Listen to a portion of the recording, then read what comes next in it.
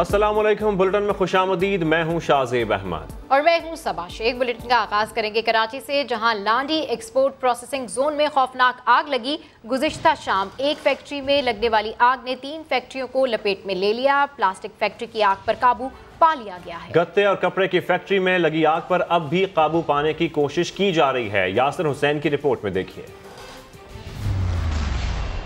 गुज़िश्ता शाम 5 बजे के बाद लांडी प्रोसेसिंग जोन में गत्ते की फैक्ट्री में आग लग गई। छुट्टी का दिन होने की वजह से फैक्ट्री में कोई नहीं था। इसी वजह से आग बढ़ती रही मगर किसी को मालूम ना हुआ और आग ने बढ़ते बढ़ते साथ ही वाके कपड़ों की फैक्ट्री को भी अपनी लपेट में ले लिया। मालिक ने ये बताया है कि उनमें बाहर कुछ शॉर्ट सर्किट हुआ था और वो शॉर्ट सर्किटिंग की वजह से, लेकिन चूंकि फैक्ट्री के अंदर पेपर और पैकेजिंग थी तो लिहाजा उसने इंस्टेंटली फौरी तौर पे आग पकड़ी। लेकिन बदकिस्मती ये हुई कि इनके पास चूंकि कोई बंदा यहाँ अवेलेबल नहीं था, चौकीदार भी गालिबन अनपढ़ सा था। हमें जो हमारा फायर कंट्रोल डिपार्टमेंट है उससे काफी देर के बाद इत्तला मिली। फायर ब्रिगेड को इत्तला मिली तो आग तीसरी फैक्ट्री तक फैल चुकी थी। आग लगने की वजह हमें इस वक्त नहीं पता, क्योंकि आग की इत्तला हमें तकरीबन 6 बजे मिली थी। आग उससे पहले से लगी हुई है। यहाँ पर जब हमें इत्तला मिली तो आग मुकम्मल तौर पर पहले ही फैली हुई थी। सारी रात ही फायर ब्रिगेड की 15 गाड़ियां और एक स्नारकल आग पर पानी बरसाती रहीं मगर आग कंट्रोल में ना आई। सुबह फायर ब्रिगेड के ऑफिसर ने बताया कि उनके पास पानी ही नहीं। पानी के टैंकर्स हमारे पास जो है वो अवेलेबल इस वक्त नहीं है। 1 या 2 टैंकर्स हैं और ईपी जोन में जो है वो पानी खत्म हो गया है। जिसकी वजह से परेशानी का सामना है। तीनों फैक्ट्रियों में लगने वाली आग ने करोड़ों रुपए मालियत का प्लास्टिक, गत्ता और कपड़ा जलाकर राख कर दिया। कैमरामैन मोहम्मद रिजवान के साथ यासिर हुसैन, समा, कराची। लांडी प्रोसेसिंग जोन में लगने वाली आग की ताज़ा तरीन सूरत हाल क्या है, जानते हैं वहां मौजूद हमारे नुमाइंदे सऊद बिन मुर्तजा से। जी सऊद, बताएगा कि आग पर किस हद तक काबू पा लिया गया है और आग बुझाने में किन मुश्किलात का सामना करना पड़ रहा है। जी हाँ, बिल्कुल। देखिए, इसमें कल शाम को ये आग लगी थी और एक फैक्ट्री के बाद बढ़ते बढ़ते दूसरी और तीसरी में फैल गई थी। कहा जा रहा है कि तकरीबन 90 से 100% तक इस आग पर तो कंट्रोल हो गया है, लेकिन अभी भी कूलिंग का अमल चल रहा है। जो यहाँ के इंतज़ामिया है उनका ये कहना है कि ये कूलिंग का अमल भी कम से कम भी 1 से 2 दिन मज़ीद चलेगा, क्योंकि बहुत शदीद आग थी, तीसरे दर्जे की आग थी। कैमरामैन मोहसिन अगर आपको दिखाएं कि मेरे पीछे ये गत्ते की फैक्ट्री है और उसके बराबर में कपड़े की फैक्ट्री है और जबकि सीधे हाथ पे जो है इस यहाँ पर इसके बराबर में जो है बारदाने की जो प्लास्टिक थी उसकी फैक्ट्री थी। इनमें करोड़ों रुपए का इसमें नुकसान हुआ है। इब्तदाई तौर पर यही कहा जा रहा है कि मुमकिन तौर पर शॉर्ट सर्किट हुआ था, क्योंकि संडे के दिन ये फैक्ट्रियाँ बंद थीं, वर्कर्स नहीं थे और आज भी जो वर्कर्स हैं इनको वापस कर दिया गया। साथ वाली फैक्ट्री को भी खाली कर दिया गया है। यहाँ पे जो मालिकान और इंतज़ामिया है वो अभी भी इसको देख रहे हैं। कहा जा रहा है कि जैसे ही ये कूलिंग मुकम्मल होगी उसके बाद ही इस चीज़ की जो है तहकीकात की जा सकेंगी कि क्या वजह थी कि ये आग लगी है। अभी भी जो KMC और जो दीगर इंतज़ामिया के लोग हैं वो फायर ब्रिगेड हुक्काम के साथ मिलकर आग बुझाने में मसरूफ़ हैं। फायर ब्रिगेड हुक्काम का ये कहना है कि यहाँ पर अब जो है थोड़ा सा पानी का मुश्किल हो रही है, उसकी वजह से मसला हो रहा है, जबकि आग हमारे कंट्रोल में है लेकिन पानी की वजह से मुश्किलात हो रही है। इस इब्तदाई तौर में जब ये सामान निकाला जा रहा था इसमें 2 मजदूर मामूली ज़ख्मी हुए थे। इसके अलावा इसमें किसी किस्म का कोई जानी नुकसान नहीं हुआ। ठीक है, सऊद बिन मुर्तजा अपडेट करें, आपका शुक्रिया। लांडी एक्सपोर्ट प्रोसेसिंग जोन के तर्जुमान मलिक अब्दुल अजीज का कहना था कि आग शॉर्ट सर्किट के बायस लगी। उन्होंने मजीद क्या कहा, आइए आपको सुनवाते हैं। तो हुआ है, लेकिन अल्लाह का शुक्र है कि एक तो कल संडे का दिन था, इसकी वजह से कोई जानी नुकसान नहीं हुआ। अभी भी तकरीबन आग पे हम ये कह सकते हैं कि 80% तक जो है ना हमारा कंट्रोल हो गया है। यानी कि मुकम्मल हम ये नहीं कह सकते फायर अंडर कंट्रोल, अभी नहीं कह सकते। उसकी वजह ये आप देख रहे हैं कि यहाँ पे अभी भी अंदर से धुआं भी उठ रहा है। कूलिंग का अमल तो नंबर ऑफ़ डेज़ में भी जा सकता है, 3 से 4 दिन भी कूलिंग प्रोसेस में लग सकते हैं। कल जो सूरत हाल थी वो बहुत ख़तरनाक सूरत हाल थी। उसमें जो है ना एक तो विंड डायरेक्शन भी इसको सपोर्टिव हो रही थी, west to east wind direction चल रही थी और कल हवा भी आपने देखा होगा कराची में अच्छी हवा चल रही थी, जिसकी वजह से जो है ना इसका फैलावा ज़्यादा हुआ। जो इनके ऑनर हैं कि शॉर्ट सर्किट हमें इफेक्ट लग रहा है, तो शॉर्ट सर्किट की वजह से हुई है। अब ये जितना भी इन फैक्ट्रियों में जो आप देख रहे हैं आग लगी है, इसमें जो है ना सारा फायर फ्रेंडली मटीरियल अंदर मौजूद है। खबरों का सिलसिला आगे बढ़ाएं और आपको बताएं कोयटा की 10 यूनियन काउंसिल्स में इंसदाद पोलियो मुहिम का आगाज हो गया। पोलियो वर्कर्स को कोरोना वबा के दौरान पोलियो मुहिम चलाने की तरबियत दी गई है। इस हवाले से देखिए आसिम खान की रिपोर्ट। कोरोना वायरस के बायस बलूचिस्तान में पोलियो मुहिम भी इल्तवा का शिकार हुई, जिससे सूबे में पोलियो के केसेस में अचानक इजाफा देखने में आया है। महकमे सेहत के मुताबिक रवां बरस बलूचिस्तान में पोलियो वायरस की केसेस की तादाद 15 तक जा पहुंची है। सूबे में बढ़ते पोलियो केसेस के पेश नज़र पोलियो इमरजेंसी ऑपरेशन सेंटर की जानिब से कोयटा की 10 यूनियन काउंसिल्स में आज से पोलियो मुहिम शुरू कर दी गई है। 4 महीने से कोई पोलियो टीम कोई कुछ भी नहीं है।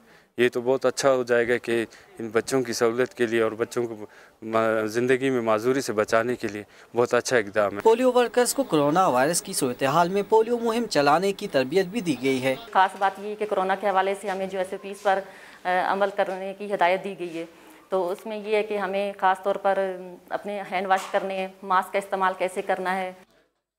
मुहिम के दौरान 1,10,000 से ज़ायद बच्चों को पोलियो के कतरे पिलाए जाएंगे, जबकि मुहिम में 541 टीमें हिस्सा लेंगी। कैमरामैन जफर बलोच के साथ आसिम खान, समा, कोयटा। कोरोना की वजह से 4 माह से बंद पोलियो मुहिम का आगाज हो गया। फैसलाबाद की तहसील सदर और जड़ावाला में 2.5 लाख बच्चों को पोलियो के कतरे पिलाए जाएंगे। तफसील जानते हैं शाहीन शहजादी से। जी शाहीन, आगाह कीजिएगा।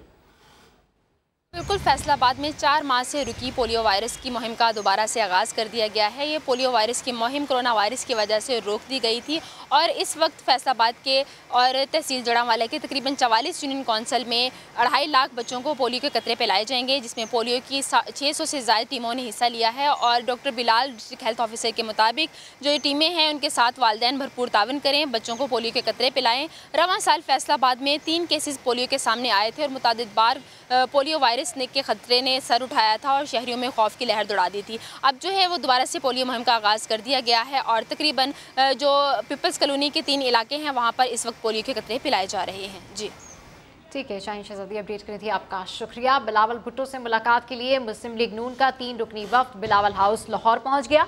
मुलाकात में ऑल पार्टीज कॉन्फ्रेंस के हवाले से मुशावरत की जाएगी। इस पर मजीद तफसीलात हासिल करते हैं समा के नुमाइंदे आरिफ मलिक से। जी आरिफ मलिक, अपडेट कीजिए कि लीगी वफ्द में कौन कौन मौजूद होगा। जी, ये 3 रुकनी लीगी वफ्द है जो पहुंच चुका है बिलावल हाउस में। या सादिक है, ख्वाजा साद रफीक है, एहसन इकबाल है और दूसरी तरफ पीपल्स पार्टी की जानिब से राजा परवेज अशरफ होंगे, कमल कायरा हैं, हसन मुर्तज़ा हैं और बिलावल भुट्टो साहब हैं। तो ये मुलाकात अब कुछ देर बाद जो है वो शुरू हो जाएगी और इस मुलाकात में जो सबसे पहला जो एजेंडा है वो यही है कि APC बुलानी है और कब बुलानी है और कौन कौन सी जमातें इसमें शामिल होंगी और क्या एजेंडा होगा, ये फाइनलाइज किया जाएगा कि पहला एजेंडा क्या होगा। क्या हुकूमत खिलाफ अपोजिशन मुकम्मल तौर पर मुतहरक होगी या नहीं होगी, या इसी तरह पार्लियामेंट के अंदर ही सिर्फ एहतियात किया जाएगा या दूसरे तरीके भी इख्तियार किए जाएंगे। तो ये तमाम चीज़ें जो है आज के जो मुलाकात है बिलावल भुट्टो के साथ। जी बिल्कुल, आज की इस बैठक में ऑल पार्टीज कॉन्फ्रेंस के हवाले से भी मुशावरत की जाएगी। आरिफ मलिक अपडेट करें, आपका शुक्रिया।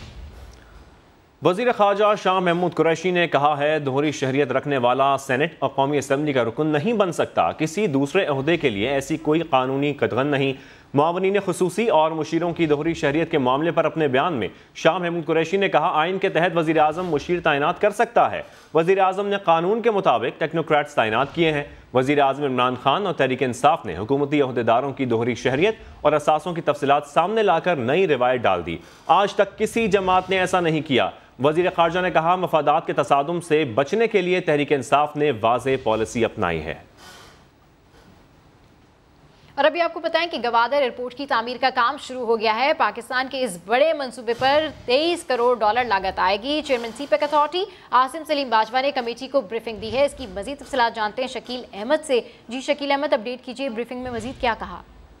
देखिए, पार्लिमानी कमेटी वाइज सीपैक का इजलास है और आसिम सलीम बाजवा जो कि चेयरमैन हैं सीपैक अथॉरिटी को ब्रीफिंग दे रहे हैं। सीपैक के मंसूबों पर इंफ्रास्ट्रक्चर, तवानाई, ज़राअत और साइंस एंड टेक्नोलॉजी समेत जो दीगर मंसूबे हैं उनका ये कहना है कि $230 मिलियन की ग्रांट जो है चीनी हुकूमत फराहम कर रही है। उसकी मदद से गवादर एयरपोर्ट पर काम शुरू हो गया। ये एक बड़ा मंसूबा होगा और गवादर बंदरगाह फुल्ली ऑपरेशनल होगी, तो साथ ये एयरपोर्ट भी इस्तेमाल हो सकेगा और ये पाकिस्तान के बड़े मंसूबों में शामिल होगा। साथ उनका ये भी कहना था कि ML1 मंसूबा जो है उस पर भी उसकी मंजूरी एक्निक से हो चुकी है। अब उसके लिए फाइनेंसिंग का जो मुआहदा है वो किया जाएगा और साथ साथ जो तवानाई के मंसूबे हैं उन पर भी काम जारी है और वेस्टर्न रूट पर जो इंफ्रास्ट्रक्चर के मंसूबे हैं उनको भी खास तवज्जो दी जा रही है। तो ये पार्लिमानी कमेटी का इजलास जारी है, इस वक्त उनकी तरफ से ब्रीफिंग दी जा रही है। पार्लिमानी कमेटी का इजलास जारी है और इस वक्त उनकी जानिब से ब्रीफिंग दी जा रही है। अपडेट करें शकील अहमद, आपका शुक्रिया।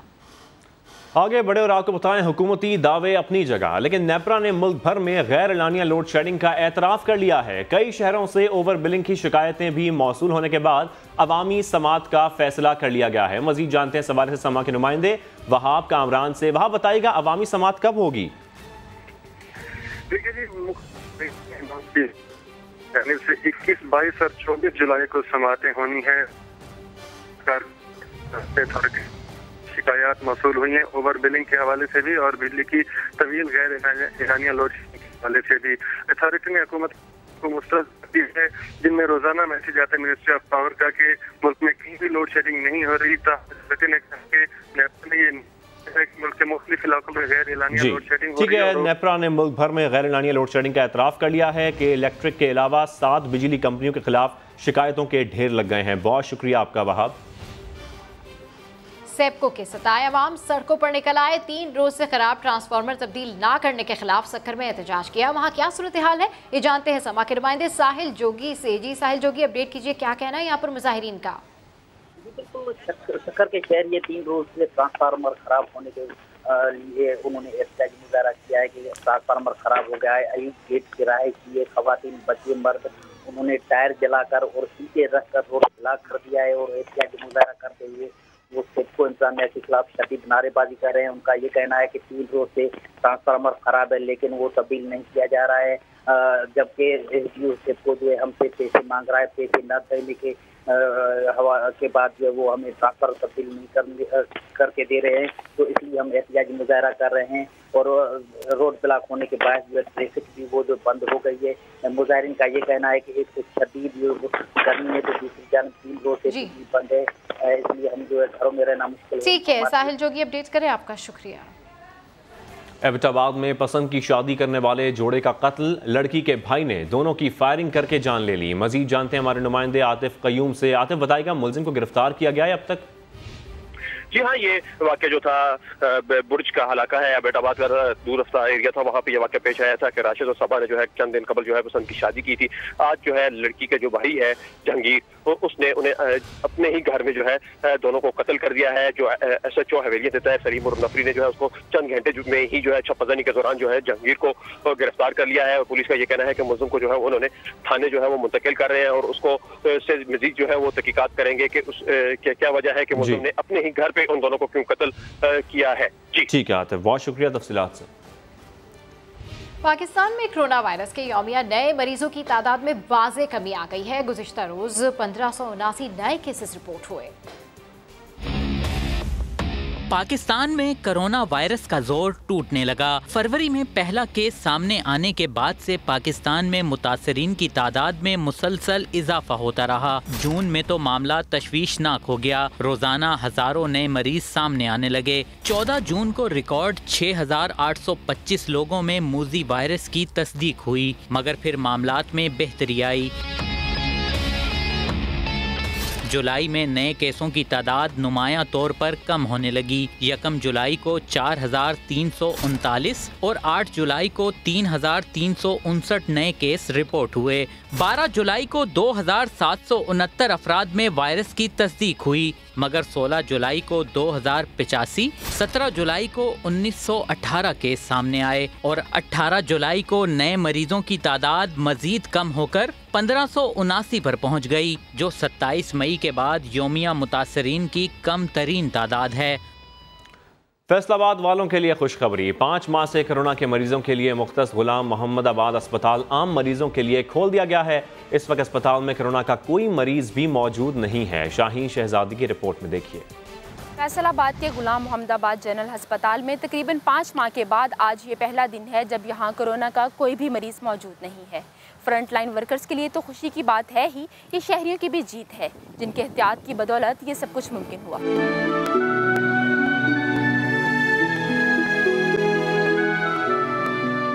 ये अस्पताल अब आम मरीजों के लिए खोल दिया गया है। 16 मार्च को ये अस्पताल कोरोना के मरीजों के लिए मख्तस किया गया।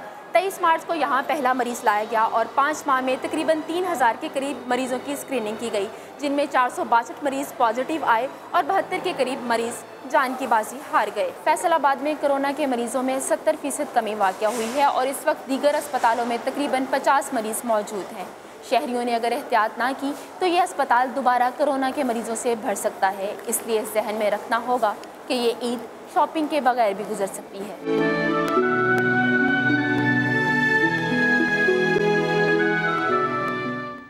रावलपिंडी के बाजारों में तजावुजात की भरमार से समाजी फासले पर अमल दरामद मुश्किल हो गया। इंतजामिया ने ताजिर रहनुमाओं से ताउन की अपील कर दी। ताजिर बरादरी ने भी ठेले वालों के लिए रात के वक्त बाजार लगाने की इजाजत मांग ली। इस हवाले से रिपोर्ट कर रहे हैं उमर आसिफ। रावलपिंडी के मसरूफ तरीन बाड़ा बाजार में तजावुजात की भरमार। दुकानों के सामने पथारे वालों ने कब्जा जमा लिया। खरीदारों को पैदल चलना मुहाल हो गया। ऐसे में कोरोना से बचाव की अव्वलीन तदबीर समाजी फासले पर अमल दरामद भला कैसे मुमकिन हो। डीसी रावलपिंडी अनवारुल हक ने मसले के हल के लिए बॉल अंजुमन ताजरान की कोर्ट में फेंक दी। राजा बाजार में जो हमारे लोगों से बात हुई, कुछ उनको भी हमसे कोऑपरेट करना है। अभी हमने ननकारी बाजार और बड़ा मार्केट सारी उनको खाली करवा के दी, तो हम उनसे ये गुजारिश कर रहे थे कुछ गार्ड्स उनको रखने पड़ेंगे ताकि वो अपने एरिया दोबारा इनक्रोच ना होने दें। अंजुमन ताजरान के सूबाई सदर ने भी अपनी तजवीज़ इंतजामिया के सामने रख दी। यकीनन इससे मर्ज भी बढ़ रहा है, एहतियाती तदाबीर भी वो नहीं हो सकती जो गवर्नमेंट की मुकर्रर करता है। बेहतरीन हाल हम कई दफा इंतजामिया के सामने रख चुके हैं कि आप इसके लिए नाइट बाजार का इजरा करें। कोरोना केसेस बढ़ने की बिना पर बाड़ा और ननकारी बाजार में स्मार्ट लॉकडाउन भी किया जा चुका है। पैदल चलने वालों के लिए मसाइल बनने वाले तजावुजात बाजारों में कोरोना वायरस फैलने का जरिया भी बन रहे हैं। कैमरामैन राहिल कुरैशी के साथ उमर आसिफ, समा, रावलपिंडी। बूम बूम आफरीदी ने पेशावर में बेआसरा बच्चों से मुलाकात की। कबायली अजला की तरक्की के लिए वजीर आजम को मशवरे भी दिए। फयाज अहमद की रिपोर्ट। क्रिकेटर शाहिद अफरीदी की पेशावर के स्ट्रीट चिल्ड्रन स्कूल आमद। बच्चों से गुल मिल गए। अफरीदी ने तालीमी इदारों को जल्द खोलने का मुतालबा किया। बच्चों के स्कूल खुलने चाहिए, बच्चों की तालीम ज़ाया हो रही है।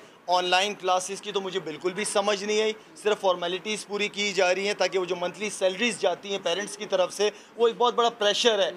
लाला ने कबायली अजला में अवामी नुमाइंदों की नाकिस कारकर्दगी का जिक्र किया और वजीर आजम को मुफीद मशवरे भी दे डाले। अच्छी NGOs हैं, उन NGOs के थ्रू इमरान भाई बहुत सारे एरियाज़ में काम कर सकते हैं। जितने भी MNAs MPAs हैं, प्लीज़ वो इमरान भाई को ग्राउंड रियलिटीज़ लाजमी बताया करें कि वहाँ हो क्या रहा है। क्रिकेटर शाहिद अफरीदी ने यह भी वाजे कर दिया कि वो सियासत में आने का कोई इरादा नहीं रखते। कैमरामैन आबिद खान के साथ फयाज अहमद, समा, पेशावर। लाहौर पुलिस ने काबिल सब इंस्पेक्टर ने डॉक्टरेट की डिग्री हासिल कर ली। तालीमी मैदान में कामयाबी के झंडे गाड़ने वाले थानेदार से मिलवा रहे हैं जहांगीर खान। MA, MPhil और फिर PhD। थाना वहदत कॉलोनी के इंचार्ज इन्वेस्टिगेशन के साथ हर कोई सेल्फी बनवाना चाहता है। इल्म की कदर करने वाले बच्चे ने गुलदस्ता भी पेश किया। हमारे माशरे में इस तरह के भी पुलिस ऑफिसर्स हैं जो PhD उन्होंने किया और वो डॉक्टर बन गए हैं, तो मैं इनसे बहुत इंस्पायर हूँ और आज मैं इनसे मिलने आया।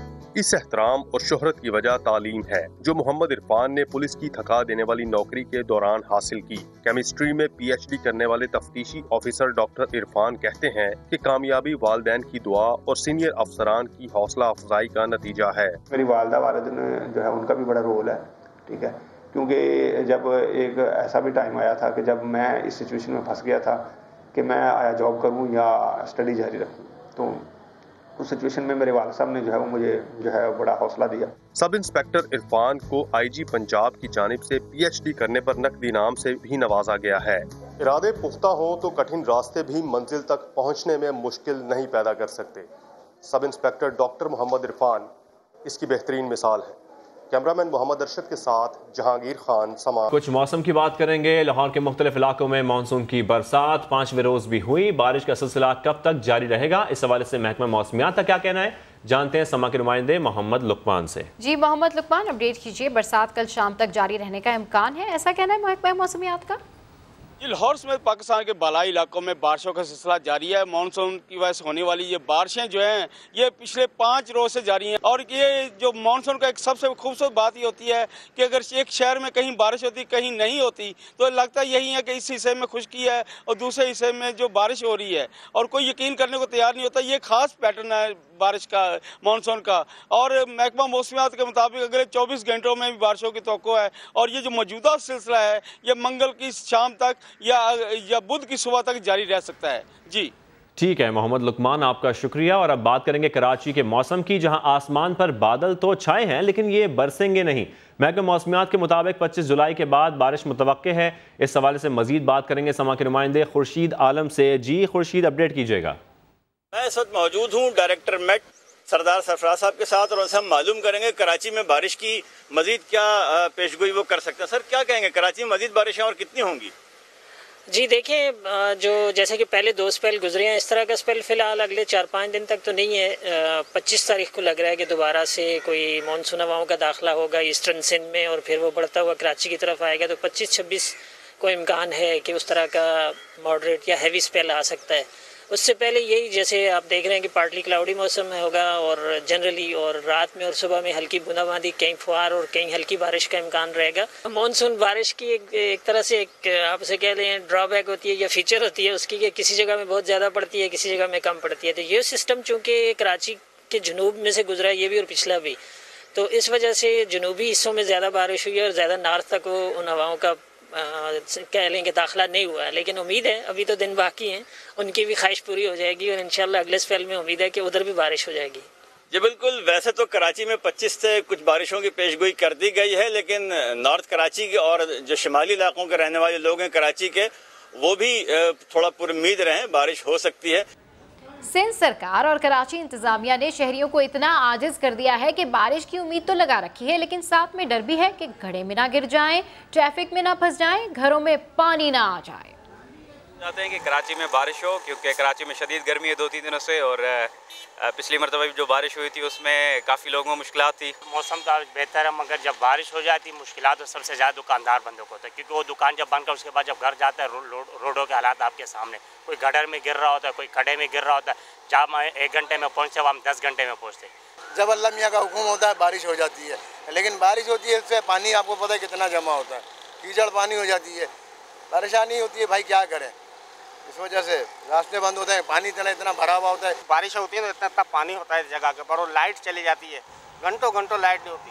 सहराए थर में बारिशों के बाद हरियाली हो गई। नंगा पाकर और छाछरों में नायाब किस्म के मशरूम उग गए, जिसे लोग इंतहाई शौक से खाते हैं। अब्दुल जब्बार नेहड़ी की रिपोर्ट देखिए। बारिशों के बाद सहराए थर का जमीनी तोहफा मशरूम, ग़िज़ा भी दवा भी, रातों रात उगती खुम्बी थर के बासियों के कारोबार का जरिया भी है। नंगे पार्कर और काछों में उगने वाली मशरूम की एक नायाब किस्म आलमी मार्केट में भी फरोख्त की जाती है। हम 300 रुपए किलो बेचते हैं, लेके आते हैं इस्लाम कोट से और नंगर पार्कर से।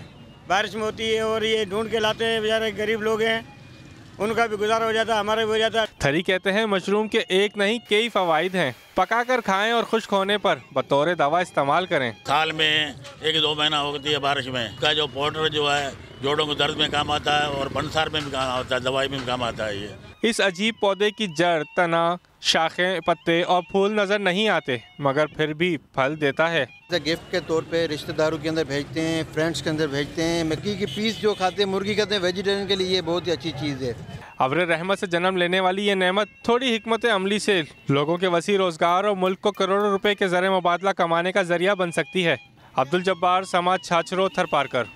और अब कुछ बात करते हैं सयाहत के हवाले से। स्वात का तारीखी सफ़ेद महल मुल्की और गैर मुल्की सयाहों की तवज्जो का मरकज़ है। यहाँ आने वाले रूसी सयाह ने जन्नत नज़ीर वादी को मिनी स्विट्ज़रलैंड भी करार दे दिया। इस हवाले से रिपोर्ट कर रहे हैं सैयद शहाबुद्दीन। फलकबोस पहाड़ों और सरसब्ज जंगलात के बीचों बीच वादी मरगुजार का सफेद महल 1941 में तामीर होने वाला तारीखी महल मिंगौरा शहर से सिर्फ 15 किलोमीटर की दूरी पर वाक़े है। The White Palace, this is oldest building, one of the oldest building in Sawat, and it was the camp house for the ruler of Sawat. And I'm visiting actually this place second time, and it's so nice because it's so much green here and the weather is much more cool. सयाह ने जन्नत नज़ीर वादी स्वात को mini Switzerland भी करार दिया। This is mini Switzerland. My friend living in Switzerland, and when he saw my photos from here, he told me, "Man, I didn't see these views in this country where I am living. This is much more beautiful because this is so green, so much water here, so much animals." विलेडिस्लाव ने महल में लगी मलके Elizabeth डोम के दौरा की तस्वीर में भी दिलचस्पी ली। हसीन लम्हात को कैमरे में भी महफूज किया। हुस्न की वादी स्वात का मौसम सुहाना और नज़ारे दिल फरेब है। यही वजह है कि गैर मुल्की सयाह भी मशरक़ी स्विट्ज़रलैंड के दीवाने बन जाते हैं। कैमरामैन फरजंद अली के साथ सैयद शहाबुद्दीन, समा, मरगुज़ार, स्वात। जामन खाने में लजीज और सेहत के लिए मुफीद भी, मगर इस फल को दरख्त से उतार कर मार्केट तक पहुँचाना मेहनत तलब काम है। लाहौर से सिद्रा गियास की रिपोर्ट।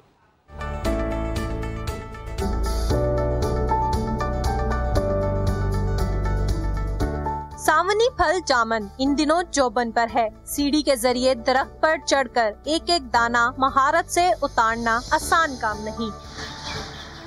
फल का वजन करने के बाद इसको बेचने के लिए लाया जाता है। एक मजदूर दिन में औसतन 30 से 50 किलो जामन तोड़ता है। डेली के जामन है हम जो 50-60 किलो तोड़ते हैं और उसमें हमें 700-800 या 10,000 रुपए हमें उजरत मिलती है डेली की। जामन के बागात में बच्चे बड़े सुबह सवेरे ही आंधी और हवा से गिरे जामन चुनते और खाते हैं। जामन के खट्टे मीठे जायके में खास इंफरादियत है। इसे रवायती अंदाज में नमक लगाकर जब डब्बे में हिलाते हैं तो देखने वाले के मुंह में पानी आ जाता है। जामन का इस्तेमाल ज़ियाबितस, इसहाल, गैस्ट्रो और पेट के कई अमराज के लिए सदियों से किया जा रहा है। जामन उतारना बिलाशुबा मुश्किल और मेहनत तलब काम है, लेकिन मजदूर खुश हैं कि इस बार फल ज्यादा अच्छा हुआ है, जिसका मुआवजा उन्हें अच्छा मिल सकेगा। कैमरामैन लियाकत बशीर के साथ सिद्रा गियास, समा, लाहौर। पेशावर का मशहूर गोंद कतीरा शरबत जायके में जितना लजीज है इतना ही सेहत के लिए मुफीद भी। शहरियों का दावा है कि ये मशरूब गर्मी के तोड़ के साथ साथ मैदे की जलन का भी इलाज है। इस हवाले से रिपोर्ट कर रहे हैं साद बिन ओवैस। रोड के किनारे ये छोटे छोटे ढाबे किसी खाने के नहीं बल्कि एक ऐसे मुनफरिद मशरूब के हैं जो पीने के साथ साथ खाया भी जाता है।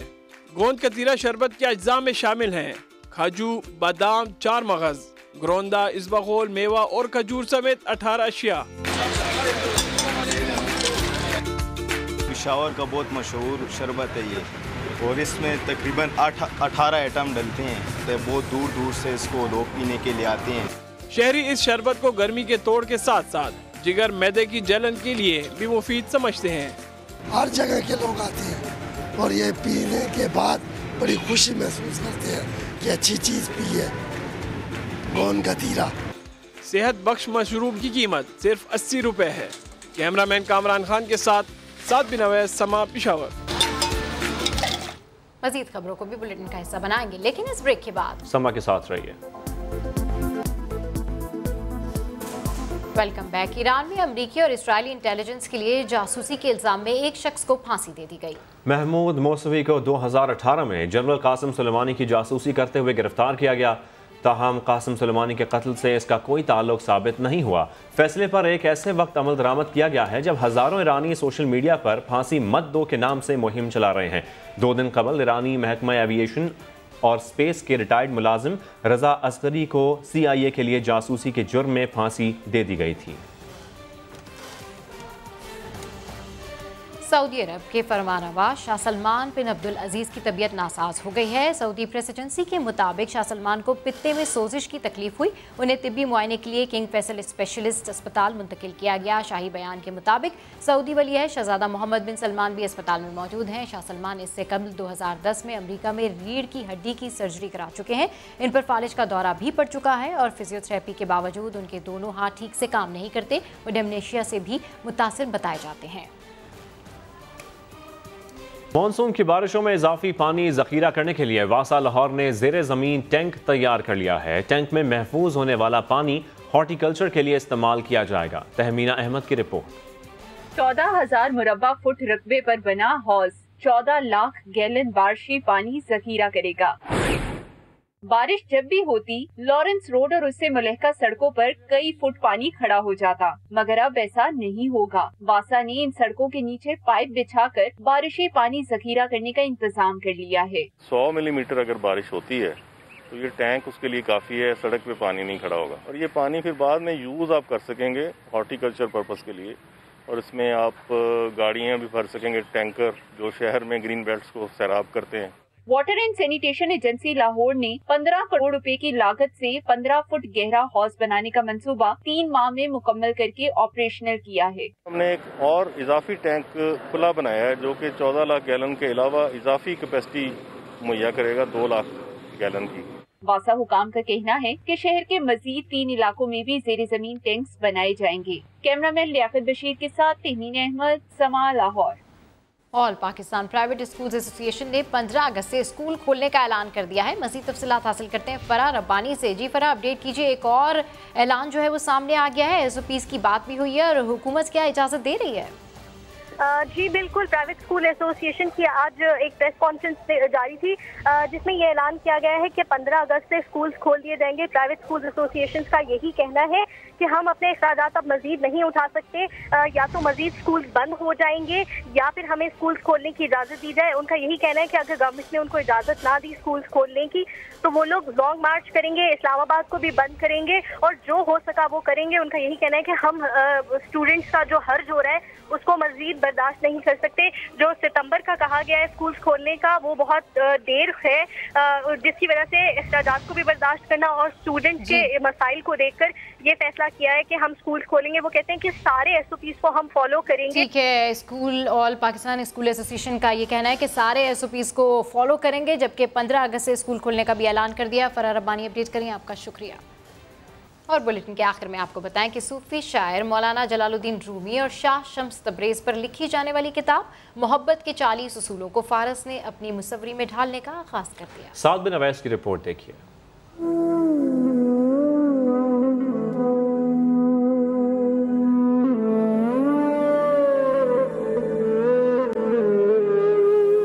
चारसद्दा से ताल्लुक़ रखने वाली कम उम्र मुसव्विरा फारिस रफ़ीक जो मुतासिर हुई मौलाना रूम से और शुरू कर दी उनसे मंसूब मोहब्बत के 40 असूलों पर मुसव्वरी।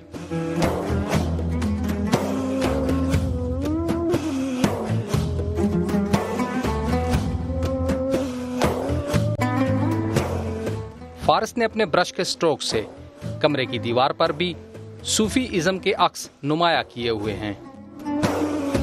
सूफीज़म का मेरा उनके साथ बहुत नज़दीक कनेक्शन है और मुझे पसंद है, तो इसलिए मैंने रिसेंटली अभी रिसर्च का काम भी सूफीज़म पे किया है, 40 रूल्स ऑफ लव। देहात में परवरिश पाने वाली फारिस रफ़ीक को देहाती माहौल लैंडस्केप से है इश्क। अहले खाना की तरफ से मुकम्मल सपोर्ट होने पर फारिस रफ़ीक कौमी सतह पर कई मुकाबलों में पोजीशंस हासिल कर चुकी हैं। अल्लाह का खुसूसी तौर पर शुक्रगुजार हूँ कि इतनी टैलेंटेड बच्ची हमको मिली है। दूसरा ये कि हम उनको उस मुकाम पर देखना चाहते हैं जिसकी उसको आरजू है, वो जिसमें वो टैलेंट है। वाटर और ऑयल पेंटिंग में महारत रखने वाली मुसव्विरा ने अभी तक मोहब्बत के 14 असूलों पर मुसव्वरी मुकम्मल कर ली है, जबकि बाकी पर काम जारी है। कैमरामैन कमरान खान के साथ साद बिन अवैस, समा, पेशावर।